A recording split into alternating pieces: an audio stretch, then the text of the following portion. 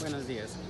Es curioso ver cómo la geometría, pese a ser un área que nos ha acompañado durante gran parte de nuestra historia y sigue teniendo una relevancia incluso más grande que en antaño, su historia es totalmente dejada de lado. Es por eso que en esta videoreseña queremos hablarle del libro de Benjamin Wharton, Las infinitas vidas de Euclides, donde se relata, en cierta medida, la vida del geómetra Euclides y la trayectoria de su libro a lo largo de los años.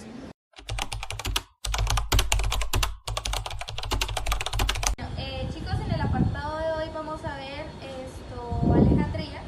El texto empieza con un relato sobre el rey Ptolomeo, una asamblea y un personaje oscuro según el libro, el cual sería Euclides, donde el consejo le pregunta a Euclides si existe un camino real hacia la geometría y este contesta que no.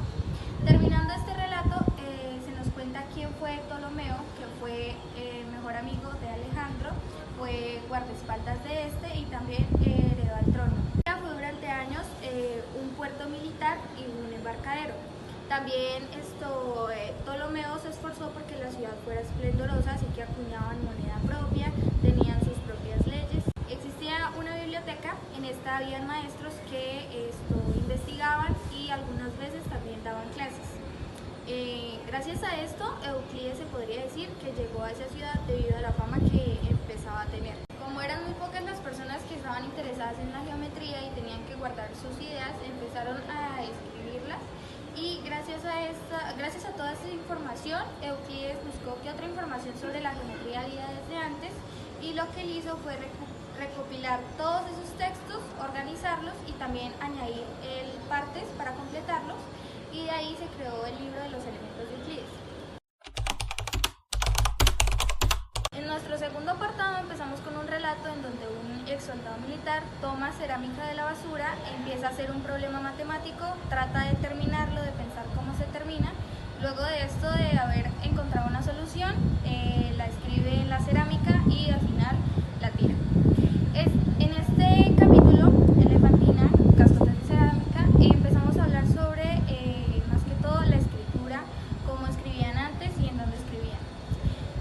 Los papiros eran a base de una planta, papiro, que necesitaba de muchos cuidados, por lo tanto, en la actualidad no hay muchos papiros existentes con mucha información sobre los elementos de Euclides y otras cosas. Ahora, en la actualidad no existen muchos, pero sí hay varios con cierta información que se encontraron en distintas partes del mundo, lo que nos lleva a decir que el libro de los elementos de Euclides fue enviado a distintas partes del mundo y distintas personas lo usaron para su beneficio.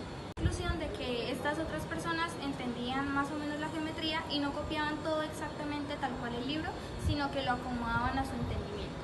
Luego de esto vemos cómo se vendían libros antes, que era que se enviaba el libro a una casa de escribas, los escribas pues lo copiaban y luego de esto venía su respectivo libro. Aparte de los papiros existían también los ostracos y la cerámica. ¿Qué eran los ostracos? Eran como pedazos de piedra en donde podías escribir con tinta o bien sea rayando los mismos.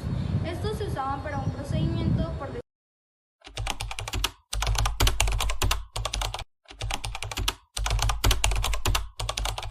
Vuelve a transportarnos a Alejandría, lugar donde tanto el libro de Euclides como su presencia seguían teniendo gran relevancia. El libro de Euclides, pese a ser un compilado muy completo, seguía dejando lagunas en ciertos temas, lagunas las cuales los geómetras y matemáticos posteriores a él se encargarían de rellenar.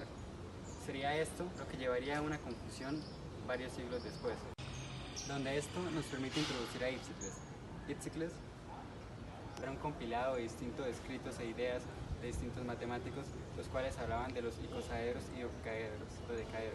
En este compilado, él descartaría y agregaría ideas que él consideraría apropiadas o correctas para este tema.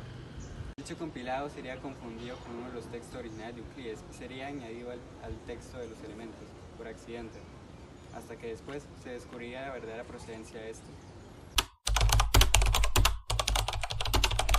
El Teón de Alejandría fue principalmente conocido por la edición del libro Los elementos de Euclides, pues él, junto a su hija Hipatia,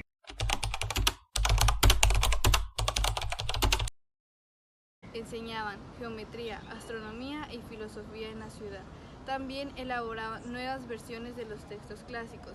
Tras pasar todas las dinastías ptolomeas, surgen sus problemas durante la batalla de Accio en el año 31 a.C.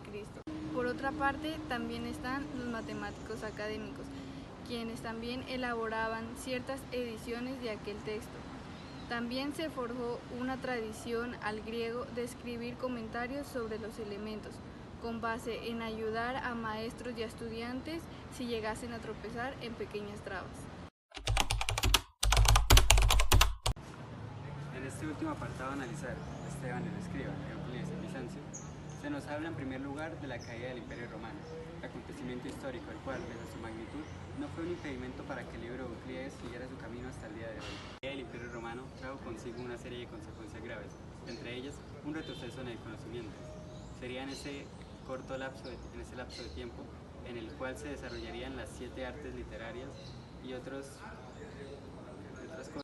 Por ese entonces, un coleccionista de libros llamado Aretas de Cesarea encargaría a Esteban, un escriba muy bien educado y con un amplio conocimiento, hacer una transcripción del libro de Euclides. Dicha transcripción ha perdurado como una de las más antiguas y se mantiene hasta el día de hoy en Oxford.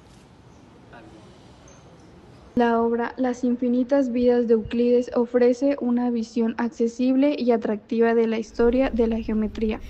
A pesar de no profundizar formalismos matemáticos, logra transmitir la relevancia de esta disciplina en el desarrollo cultural y tecnológico de la sociedad. Si bien algunas explicaciones para un principiante absoluto, el libro es una excelente puerta de entrada para aquellos interesados en explorar las múltiples facetas de la geometría. El libro Las infinitas vidas de Euclides, de Benjamin Warhol, nos invita a conocer la historia que se encuentra detrás de todos esos números y símbolos. Nos sumerge en la historia de la geometría para resaltarnos su importancia y trascendencia. A lo largo de estos fragmentos, hemos visto cómo las enseñanzas de Euclides han pasado por cambios que han ayudado a que se siga manteniendo hoy en día como un referente académico del cual muchos pueden aprender, y sobre todo,